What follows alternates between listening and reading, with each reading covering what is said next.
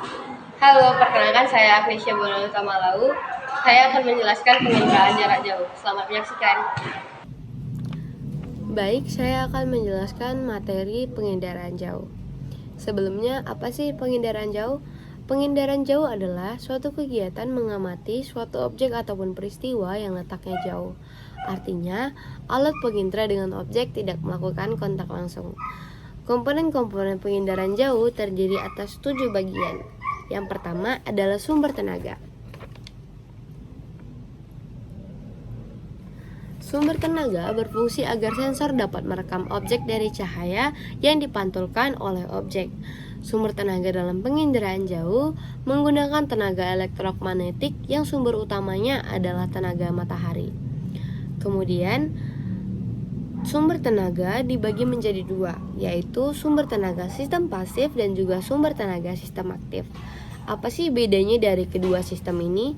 Yang pertama, sistem pasif adalah sumber tenaga yang digunakan yaitu sumber tenaga sinar matahari dan hanya dapat dilakukan pada siang hari dengan cuaca cerah dan tidak berawan. Sedangkan pada sistem aktif, sumber tenaga yang digunakan adalah pantulan cahaya yang tentu saja dapat dilakukan di malam hari atau di keadaan cuaca bagaimanapun. Yang kedua, atmosfer mempunyai peran menghambat tenaga sinar matahari melalui serapan, pantulan, ataupun hamburan. Atmosfer bersifat selektif terhadap panjang gelombang. Hambatan ini disebabkan oleh uap, debu, air, dan gas. Kemudian, tidak semua jenis gelombang elektromagnetik dapat menembus lapisan atmosfer. Oleh sebab itu, sebagian kecil yang dapat menembus lapisan atmosfer dan masuk ke dalam permukaan bumi disebut sebagai jendela atmosfer. Yang ketiga adalah objek. Sebagaimana yang dapat kita lihat dalam gambar ini, objek adalah lahan bangunan, jalan, rumput, sungai, dan juga pohon. Setiap objek memiliki karakteristik tertentu dalam memantulkan dan juga memancarkan tenaga ke sensor. Objek yang memantulkan tenaga yang cukup banyak biasanya tampak cerah, sedangkan objek yang memantulkan sedikit tenaga akan tampak gelap. Ada 3 ciri interaksi antara tenaga dan objek, yaitu yang pertama ciri spektral, yaitu interaksi antar tenaga dan objek yang dinilai berdasarkan panjang gelombang. Yang kedua ada ciri spasial, yaitu berdasarkan perbedaan pola keruangan. Yang ketiga juga ada temporal, yaitu berdasarkan waktu perekaman dan umur objek. Yang keempat adalah sensor. Sensor adalah benda yang digunakan untuk melacak, mendeteksi, dan merekam objek-objek yang di alam dalam jangkauan tertentu. Oleh karena itu, fungsi sensor adalah untuk menerima dan merekam tenaga yang datang dari suatu objek. Kemampuan sensor dalam merekam objek terkecil tersebut disebut dengan resolusi spasial. Dan sensor dibagi menjadi dua, yaitu sensor fotografik dan sensor elektronik. Apalagi sih bedanya?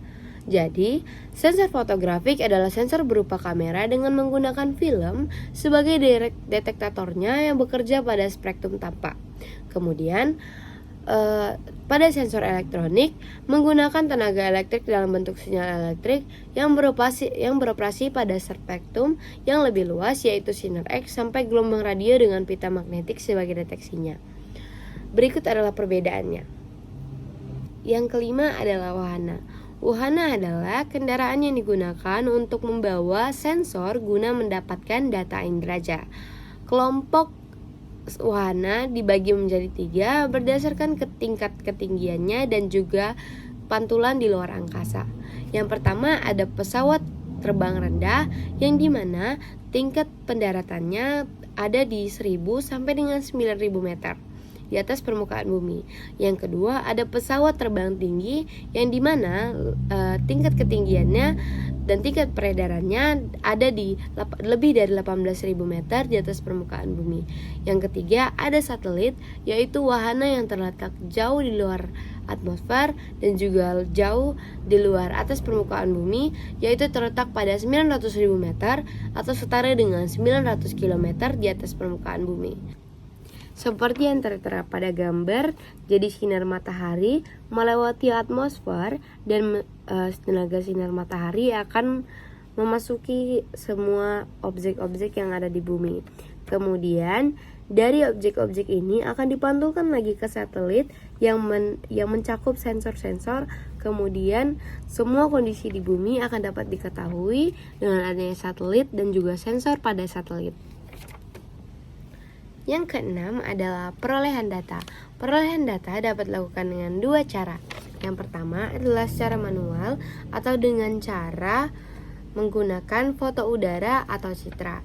Kemudian yang kedua yaitu cara numerik dan digital menggunakan teknologi komputer. Yang ketujuh ada pengguna data.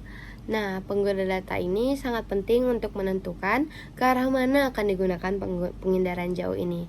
Dan tentu saja, pengindaran jauh akan semakin berguna jika digunakan oleh orang yang mampu dan berpengalaman dalam hal pengendaraan jauh dan juga berpengetahuan yang luas dan dapat memahami fungsi dan kelebihan dari pengendaraan jauh. Sekian penjelasan dari saya, terima kasih.